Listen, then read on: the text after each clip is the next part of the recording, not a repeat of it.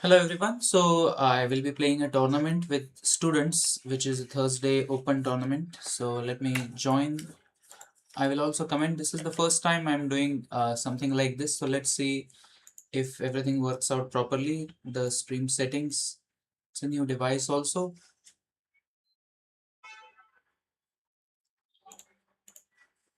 So I am in a game with Tanya. Let's start that one. Let's start with the Karokan.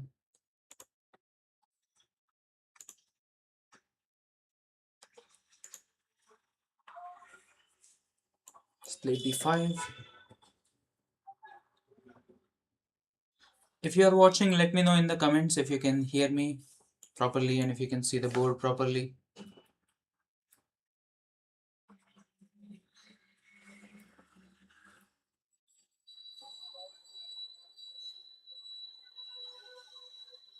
Let me just check the settings once.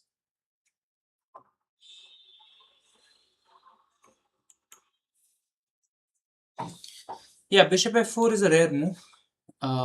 Nobody usually plays bishop f4 because normally white just tries to get the pieces out via knight f3 and bishop e2 and short castle. So I can plan to play the move c5 in this one. I can prepare to break the center with c5 and then, or I can first play knight e7 also and then c5. This is a typical plan in the Karokan to put the pawn to c5 and then get the e knight to c6. And then after that, I just want to follow it up with bishop e7 and short castle. So that's the plan.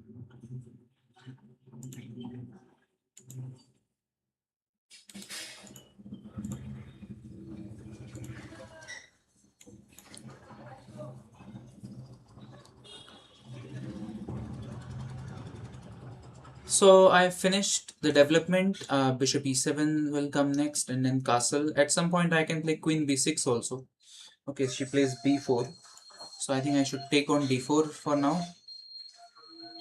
And then I have this outpost on c4, which I can use at some point. Let's castle for the moment. So nowadays, people play Karokan advanced variation to get an advantage as well, to get a complicated fight. It has become, you can say, like a new Sicilian. So I'll play Rook c8, threatening some tactics.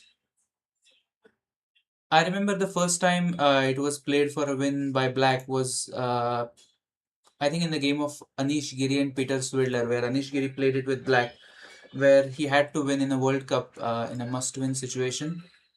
Anish Giri chose the Karokan instead of his typical Najdorf. Maybe pawn to a6 is a good move here, stopping b5, or knight b6 is also a move. Let's play knight b6 for the moment, heading towards that outpost. Of course, the position is very complicated. I think black is doing fine, but white is also doing fine. So that's the normal thing in the Karokan. I'm waiting for white to overpush somewhere, then I can start thinking about how to exploit the weaknesses.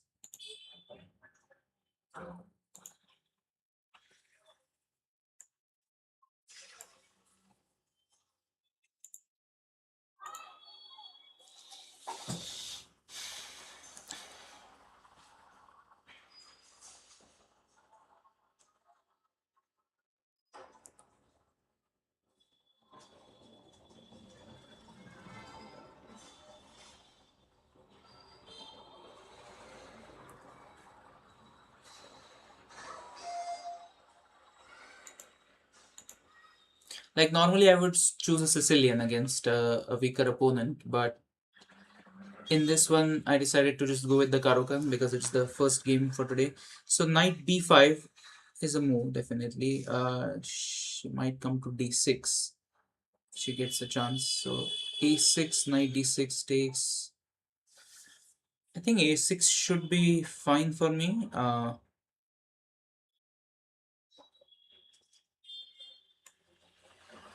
Let's see what she does after a6. So knight d6, I take it, pawn takes. I'm hoping that that pawn would be weak over there. So But then she will get an e5 square for her knight. So, but I have to take this. There is no choice. And now,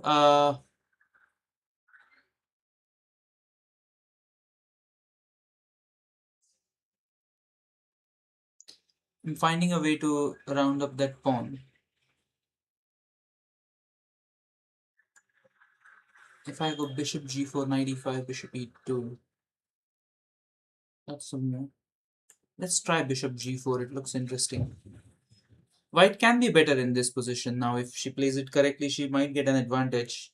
But of course, not easy. But yeah, she has some initiative in this position. Maybe at some point I was also thinking about f6. I was hoping that this will be good for me, that I will take on e2 and then I will win the pawn on d4.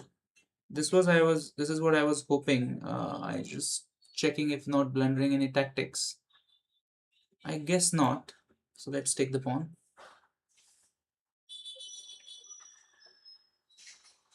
That's the normal goal in the Caro-Kann, when your goal is to destroy the white's pawn chain, and if you can do it successfully, you are better. So if she doesn't have any tactics now, I'm just totally fine in this position. I don't see any tactics as of now. Maybe queen e3 was, then knight c6 again. So I think it was fine always. Yeah, now I'm just a pawn up. Now I need to consolidate the position. So knight c6 takes rook c6. Doesn't look very promising. Knight f5, I can go to just collect that pawn. That looks good.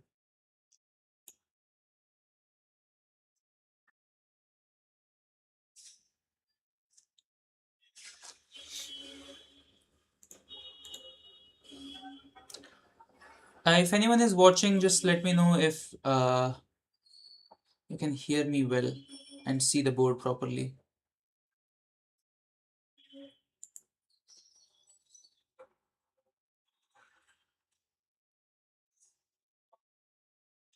Anyone in the chat? I see there are 2 viewers. Let me know in the comments if you can see the... Oh, is it subscriber only mode is on? Is that the reason? There are no messages, I think, as of now. Yeah.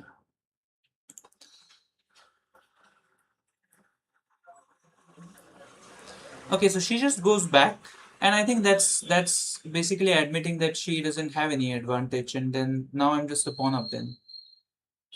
Even 2 pawns up. So yeah, if I get the pawn back, then of course I'm completely better in this position. Now black is much better because white doesn't have any attack, and black is just 2 extra pawns ahead.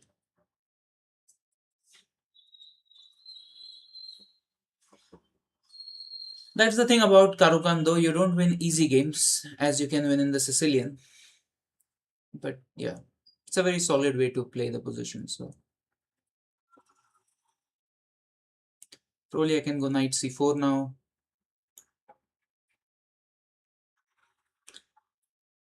So I'm better both material wise and structurally, both advantages I have. So knight on c4 is a tremendous piece now. It's going to stay there for some time.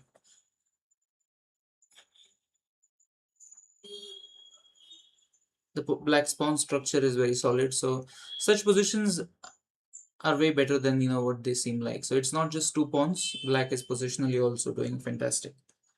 So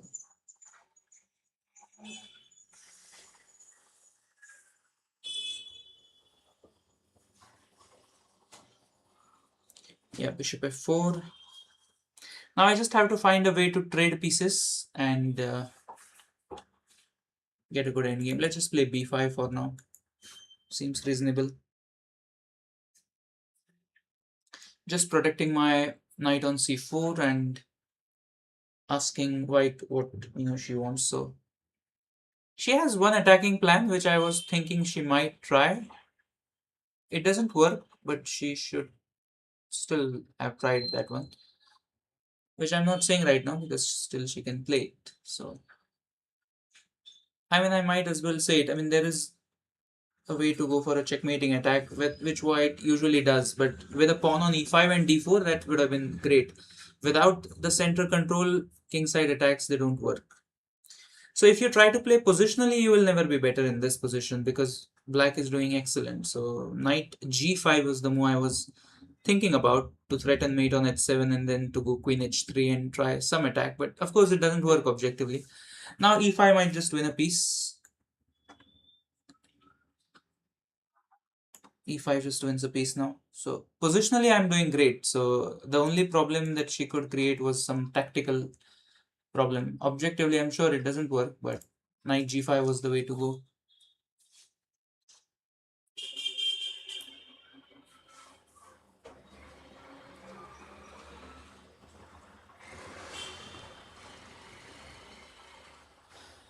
Yeah, now she will lose another piece. So stuff. It's gone.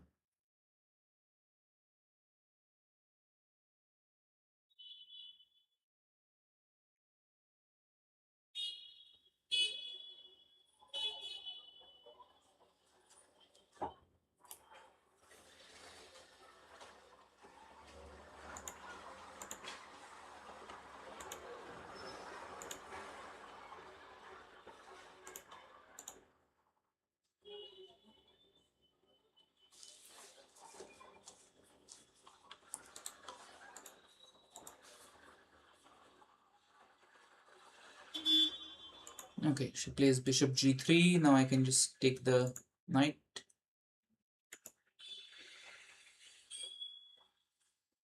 Queen takes. And now knight f5 will help me to trade one more piece.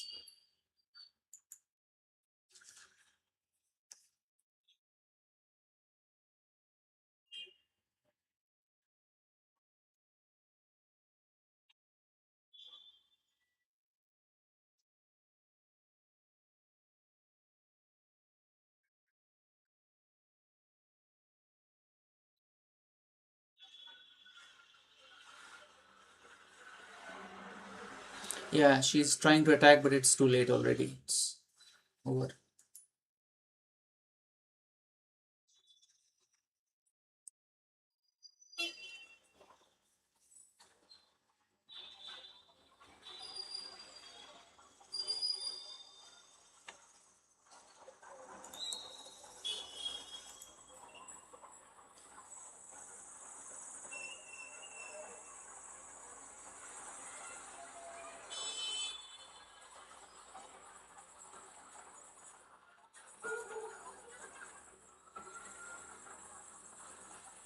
Let's just play at 6, making sure we don't blunder any back rank tricks.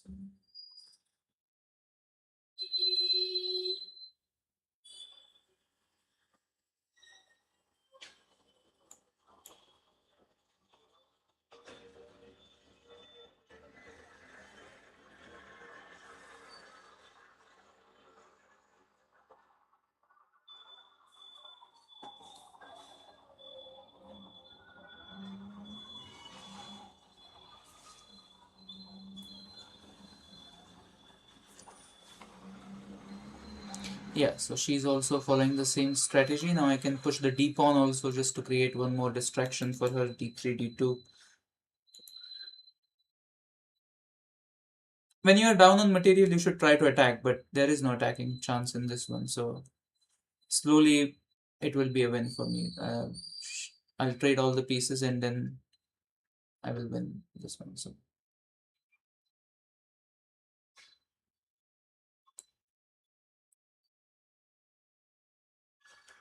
split queen f6.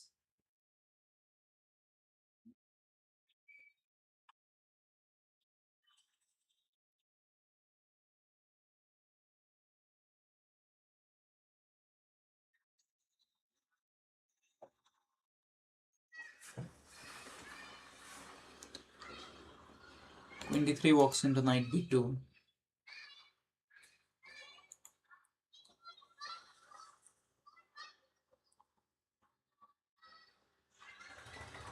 I guess my next plan is to put the rook on d8 and then to push my d pawn. That's the plan.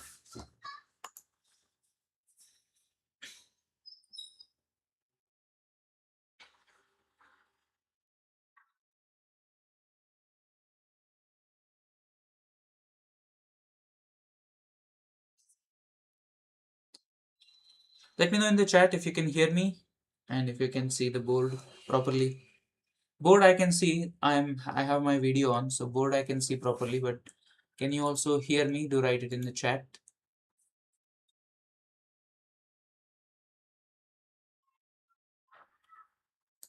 Yeah, now just d3, d2, and then that's the game. So push the passed pawn and just win. Let's see what's happening in the tournament in the meantime. So things are happening slowly. No one is rushing with. That's the thing about arena tournaments. Sometimes some people just win in a row and then there is no chance to catch. But yeah, here things are moving slowly, so we have time. So let's push the pawn.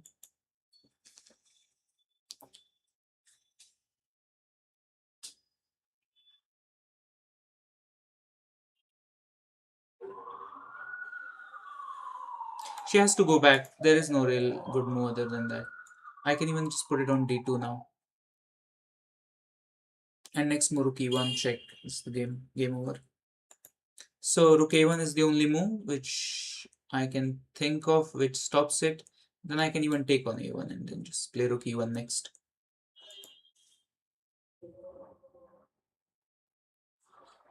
Simplification is what I'm looking for. Yeah, rook e1 check just wins.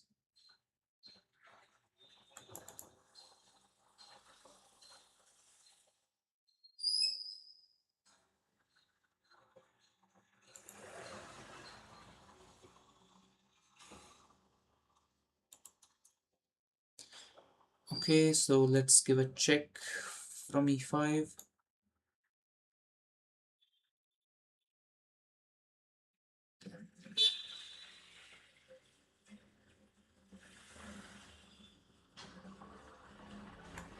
Check one more time. Queen e5. When you have two queens, you can do anything. So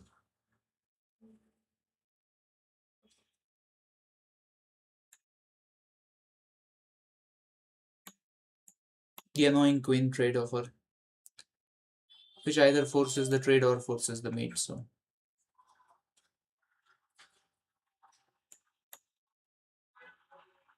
okay, not the fastest way to win, but it's a way to win. So now maybe rook d1 is coming next and checkmate. F3 only move and then queen e1.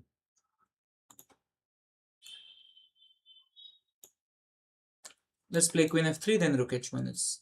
I can pre-move that. Okay, she can play rook a1 to prolong it, but still rook a1 is mate. So h1 is mate. Okay, let's go back to the tournament. Let's see who do we play with next. We'll not analyze the game right now. Okay, I'm playing with Advay now. Let's start with 1e4.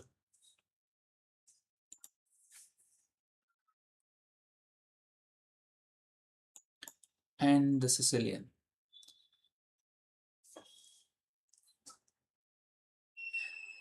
That's the thing when you play with the students, they would play the same openings which you play and they would know what to play against it. So I will try to play something which just gets a playable position. I'll play the King's Indian attack. Just something complicated. It's a way to play, by the way. It's a serious way to play against this particular Sicilian.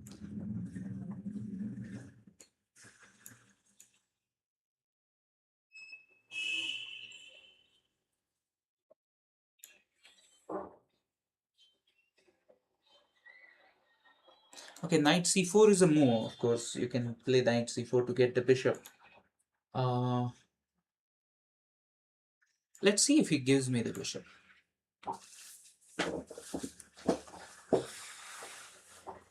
I want to generally get the pawn to e5. That's my plan. To get the pawn to e5 and then the typical kingside attack. So if I play e5 right now, he will play knight d5. I can play h4 then.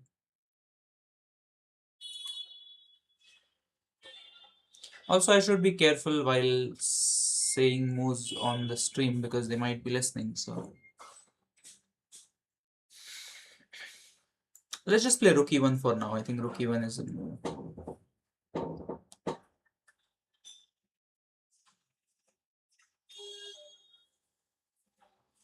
So it's just a playable position. Definitely black is also fine in this position. No problems. I can see how black can develop the rest of the pieces.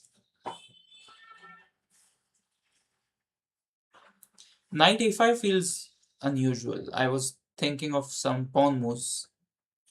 Knight a5 I feel like is unnecessary. It just loses time. That generally you want to play b5, b4 in such kind of positions, but not knight a5. Now, having said that, I don't see a way how I can take immediate advantage of it. I was thinking of trading it and then playing bishop d2, bishop c3 and try to play on the king side. That seems reasonable. I'm also thinking of just playing knight e3 and just stepping away from his knight. So that's also an interesting move. Let's play knight e3. Let's keep pieces on the board. The idea is that just knight on a5 is misplaced. He will have to get it back eventually, so it loses time doing knight a5.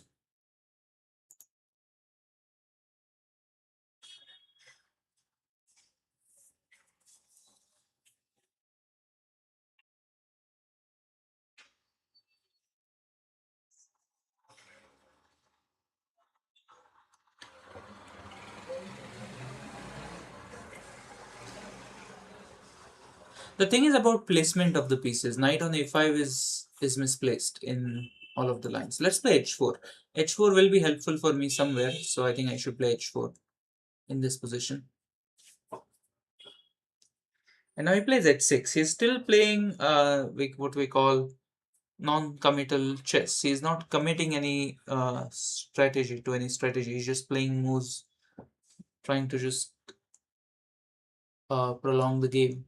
Can e5 be played here? e5, knight e5, knight e5, queen e5, knight d5. That is very interesting. Bishop, queen to d6. e5 takes knight e5. Queen e5, knight d5. Then he just goes queen d6.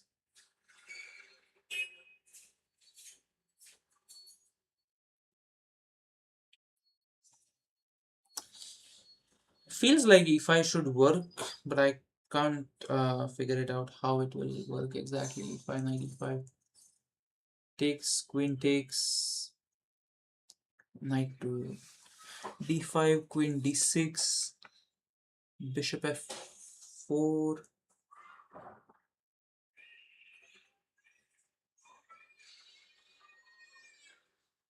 It looks interesting. Let's do that. I think e5 works.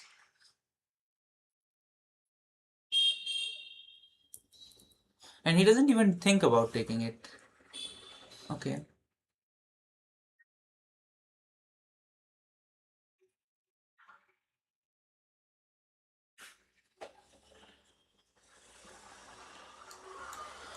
Now I can either play knight g4 or I can take on d5 and then play bishop f4. Both are playable moves. Of course, no draw. Why would I agree to a draw? What about my rating points? Udvay? No draw.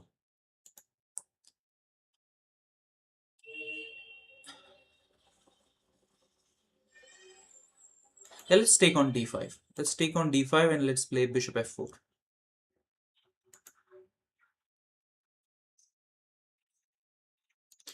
I'm threatening the move e6. Yes, kind of threatening the move e6. I think white is doing fine again in this position, but let's see what he does.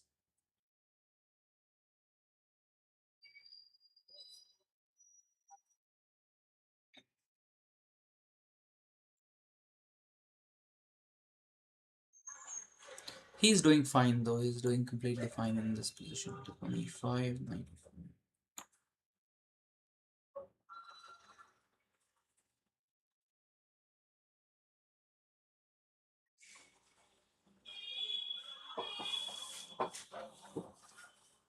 I'm hinting at this sacrifice on h6, which I might do actually. Now, does it work? Bishop h6 takes queen h6. Take on f3. I don't think it works. Looks so risky.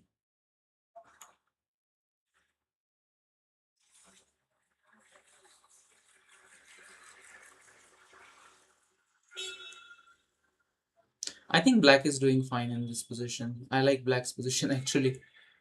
Let's play knight h2.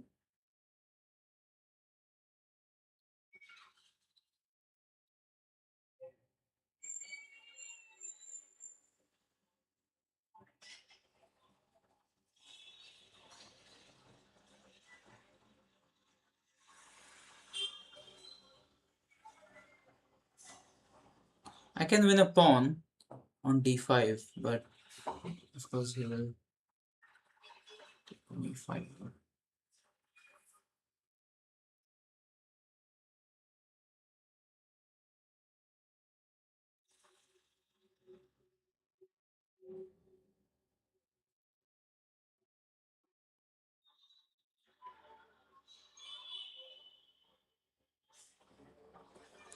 Can I make this game completely technical by taking on d6? So he has to take with the bishop, and now I can just take on d5 and make it like a completely technical position. Let's try and play that. I think black has great compensation, but I have an extra pawn. I think it might just be fine for him actually, because he has such a tremendous piece activity.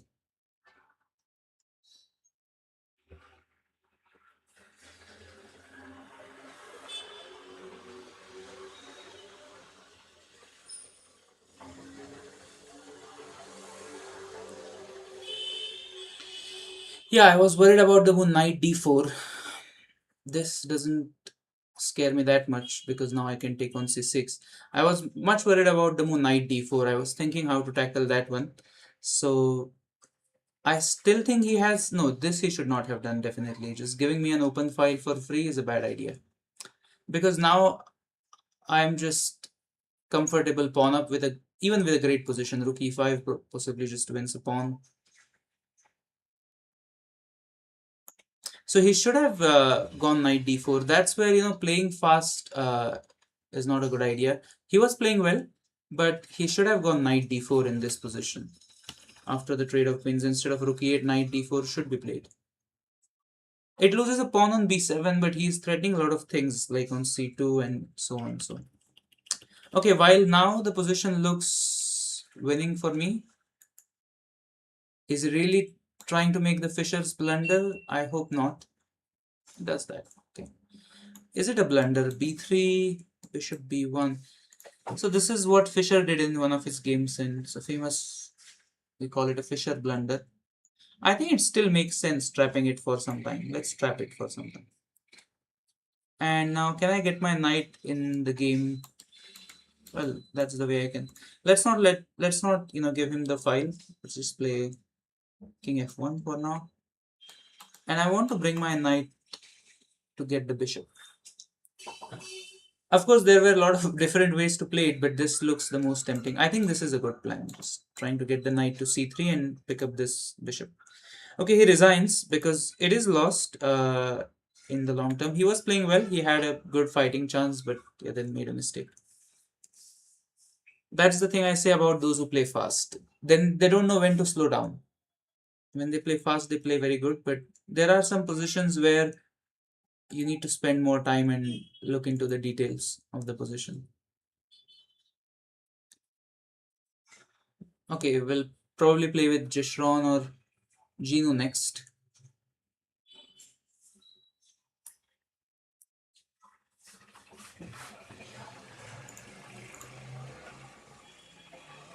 So for those who are watching this video, can you tell me if you can hear me properly? Because I'm not sure about it. I'm not hearing myself. So can you hear me properly? Those who are watching it, maybe you can write in the comments.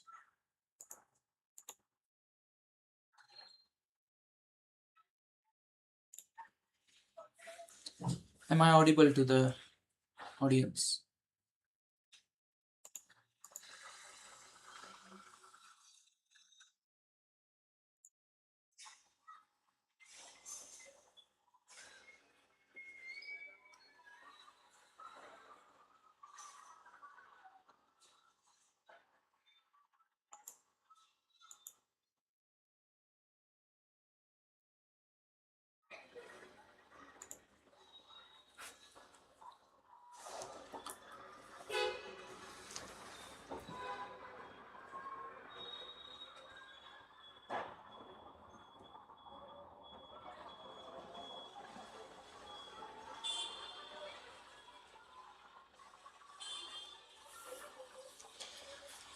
Yeah, both Gino and Jeshron are playing. That's why I'm not getting a game.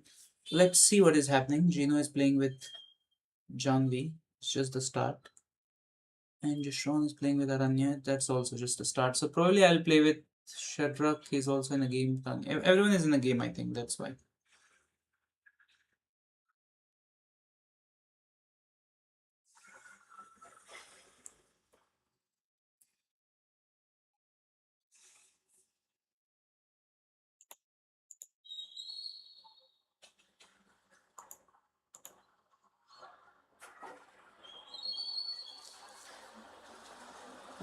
We still have 14 more minutes for the round.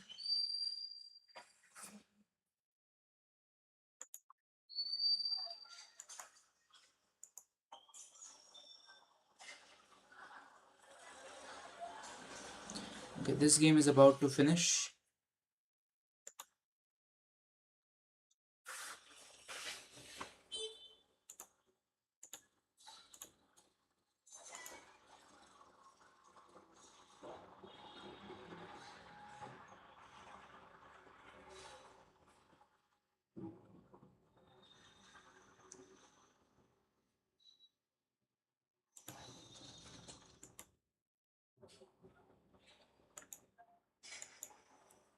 So we will analyze the games at the end. Some of the games which I played at least. So the game against. Okay, I'm playing with Tanya again, and again with Black. This time I'll play a different opening. This time I'll play e4 d6. Not a Karukan again. I'll play the modern defense this time. And she plays c3. You can play d4 directly as well. Of course, this is also playable. The thing is, my opening allows white to choose whatever they want. They can play any which way they want. So just that you have to control the center again. The thing about each opening is the center control again. It's the question of how can she keep the control over the center. If she can do that properly, then that's fine. And I have to watch out for some e5 breaks, that the e5 move doesn't just demolish the position. I should look at that thing. While my attempt will be to break the pawn's center with uh, e5 or c5 at the right time. So let's play knight c6. She's playing very fast. Okay, so e5, e5, d5 is a way to go to get a kind of a king's Indian like position. Let's play e5. Let's see what happens next.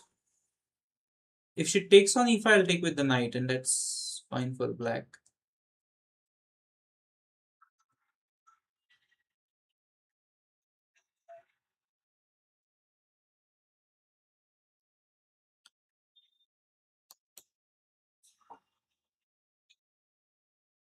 Yeah, so d5 is a principal move. Now I can go to e7 or sometimes even to b8 also. b8 is also possible to get my knight to d7.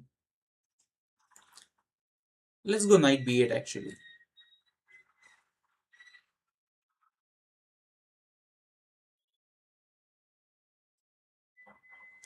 And now black's plays on the king side. I will try and play the move f5.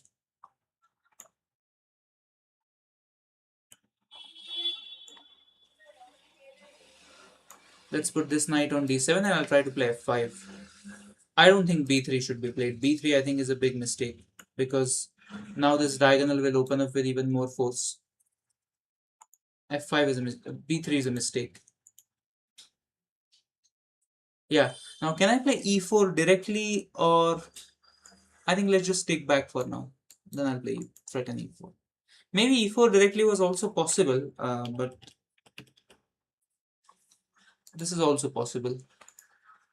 And it's just a pure King's Indian. I'll go queen e8, queen g6 maybe next. Maybe e4, f4, f3.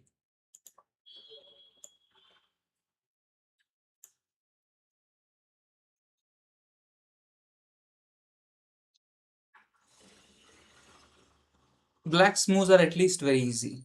My next moves are very easy. So that's the thing about King's Indian. I think e4 just wins a piece now. I can just play e4.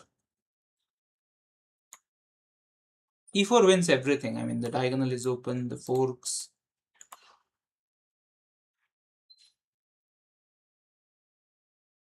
And the thing is, rook e1 doesn't save because I'll still take on d3, and then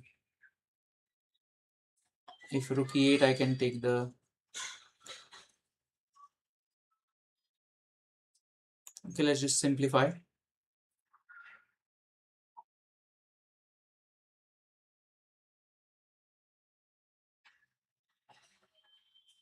Now, which one to take? I think I should take the knight. The bishop, then she can take my pawn on f5. Maybe take the bishop, actually. Anything is fine.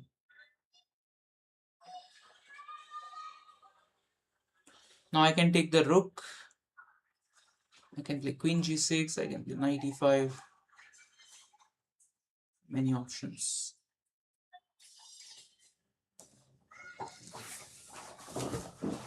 Let's see which one of them will be the fastest and the best. Fastest not in terms of the speed, but the queen g6 move. Queen g6 I feel like is a better move. She can try to get the knight to e6. That's one thing I have to watch out. Maybe just play knight a6 is also a move. Just play knight a6 and then put the knight on c5. That seems reasonable as well. Just getting the last piece in the game. I'm in no hurry to take this rook. I think that rook is doing nothing anyways, so I'll ignore that rook.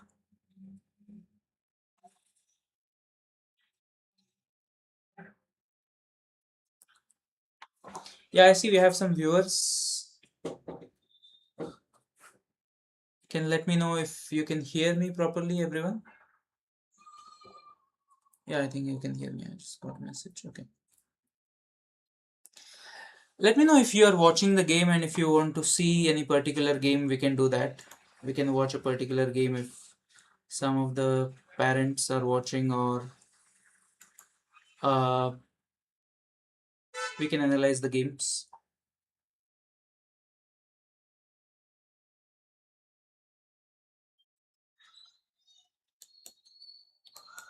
Okay, that drops the knight, so it's completely over now.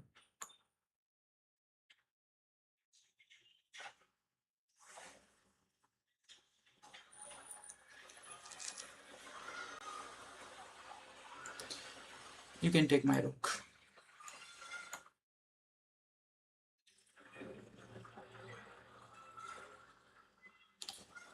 G3, queen G3 is a tactic always to keep in mind. I just want knight E5, knight F3 now, and then meeting attack. Let's go knight E5, setting up a little trap. Can't take my bishop because of knight F3. And knight F3 is coming anyways, so.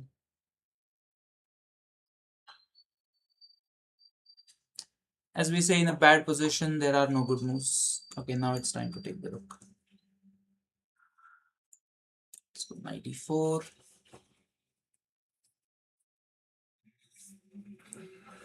4 maybe.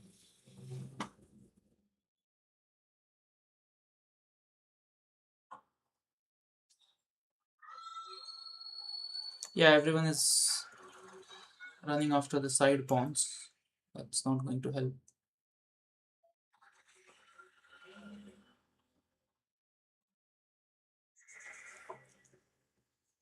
Can sack a piece now already. Oh, I almost blundered. So I was going to do queen g3, but there's rook g1.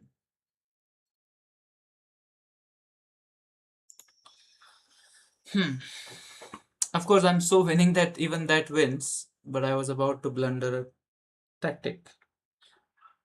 Can I still win after that? Like, that would be a greatest, I mean, that would be the simplest way to simplify. Takes, f2 check, king f1, and all I have to figure out is if I can give her a check in that position. Maybe not, so let's not do that for the moment. Queen c2 seems reasonable. Just threatening mate next game. Yeah, that's mate. That's clean. Rook g1 only move maybe, and then I can play f2 even, or yeah, she should play rook g1. That's the only move, and then I'll think. how to win. F2, rook F1. So let's just go queen E2. F2 next, and that's the game. F2, F1. So queen E2 not allowing rook F1, which was maybe then queen E4 I had, but anyways, this is simple.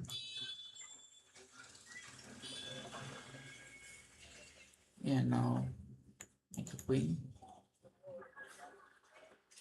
Checkmate next move.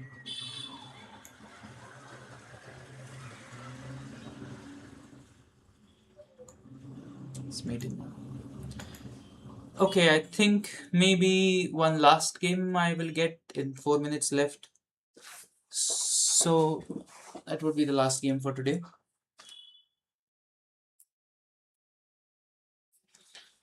Will I get a game against Ginu? Possible. He's not. Yeah, he's playing with Janvi still, so maybe not. Maybe against Jeshron actually. So 9 points.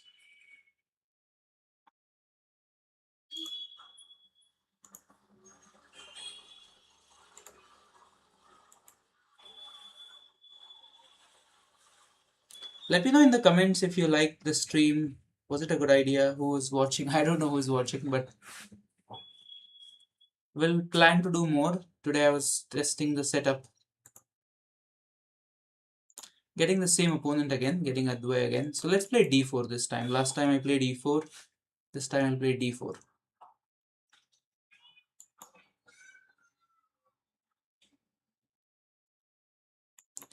Never put your knight on c6 against a pawn on d4. This is the thing I have said many times. Because knight on c6 will not move now for the next few moves. It looks good, but it doesn't do anything over there. That's the thing. Bishop g3.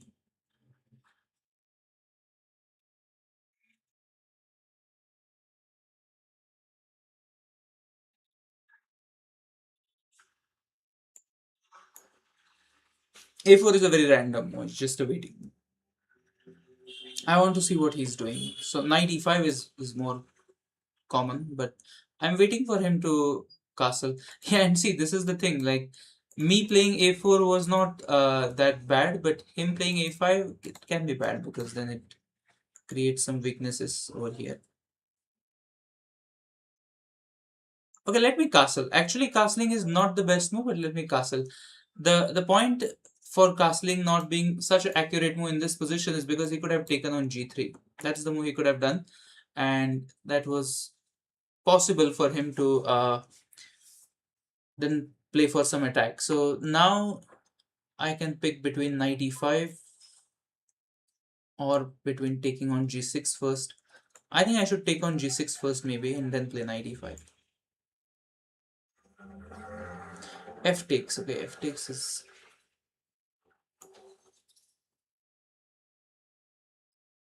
was unexpected. Again, maybe he's fine in this position completely. It's not like 1 e4 advantage, but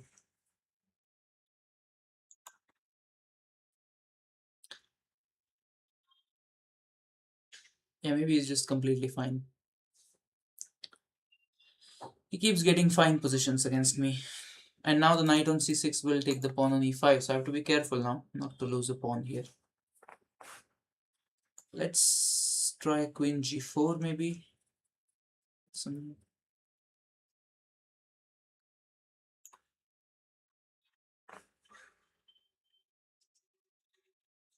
See, he's not playing slowly. That's the same mistake he did in the last game also. In this one also, he's doing the same mistake. Now he's just, I could do the intermezzo, winning a pawn first, and then I can take the knight. So I think he might still be fine because he has some moves, but should I take with f pawn? H pawn is of course very solid. Yeah, let's take with the h pawn. He's fine again. He's fine, but he needs to play some accurate moves now.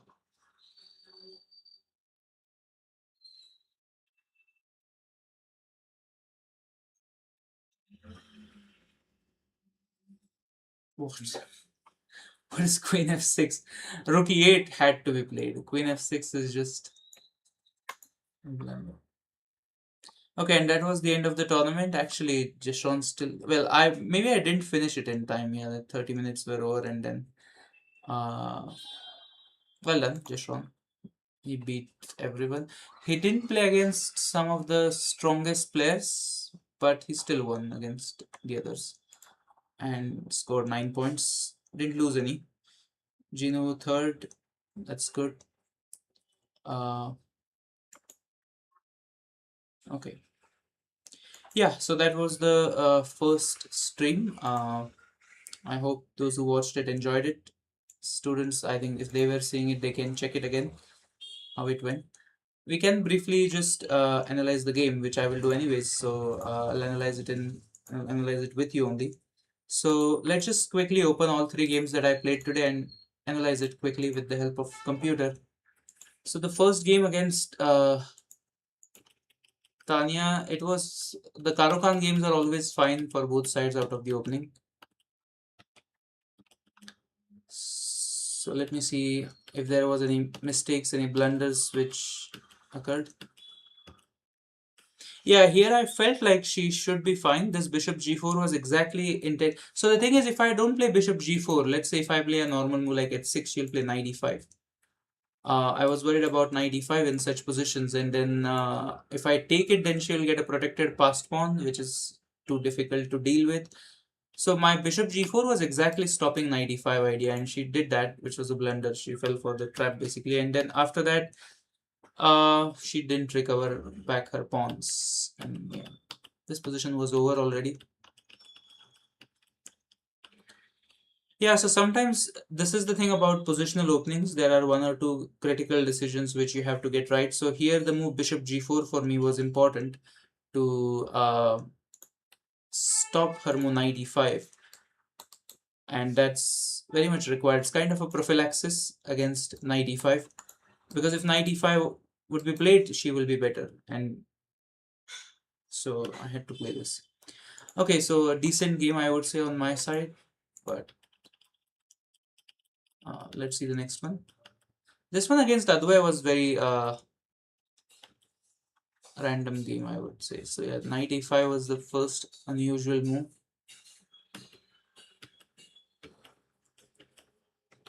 Yeah, I felt like e5 was possible. I calculated a line that e5, knight e5, then you can take and then play knight d5, and if queen d6, there's bishop f4. This is what I calculated, and I liked it, what white gets here even. So piece. So that's why I played e5, but he just played knight d5 quickly, and then after that, he was fine here. And after bishop g4, in this position, when I traded, I went for a pawn up position, but as I said, black has a complete compensation, but you have to play one of the two knight moves. This is again a very important point. White is pawn up, but black has a huge compensation, but he has to play one of these two moves to create a threat on c2 immediately and get some counterplay. Because if he allows this, then I'm just pawn up for nothing. So he played rook e8, and then after this one, he never got a chance. And yeah, never blunder the bishop like this. Although bishop a2, b3, uh, yeah, the bishop never comes out basically, and then king f1 just to not. Yeah, and then that's the end of it, because now next I want to pick up the knight, as I said. So maybe like this, the bishop I mean, and then also black's pawn structure is bad. He cannot attack any of my pawns. So yeah, and in the third game he again no, this was against Tanya, the game, I think.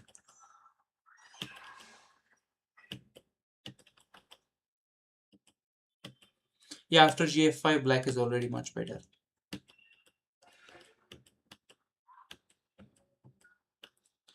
That's why I suggest all the students to follow the recommendations that I have given in the E4 repertoire. That's the one you should follow, where I have recommended a specific line against the modern defense, where you would know where your pieces are placed. There's nothing wrong with the way she played, but she didn't know the plans after the 5-6 moves. So that's where she got a bit stuck. So I recommend different way to play. You can play d4 directly, and then after knight f6, knight c3, g6. You can check the Leach's study which I have given. Um, I suggest to play it with this way, and the plans are given in this study. So that was the better way to play this position. Okay, I think that's it for today. We'll stop over here and see you all on Sunday. Maybe I'll try to stream on Sunday as well.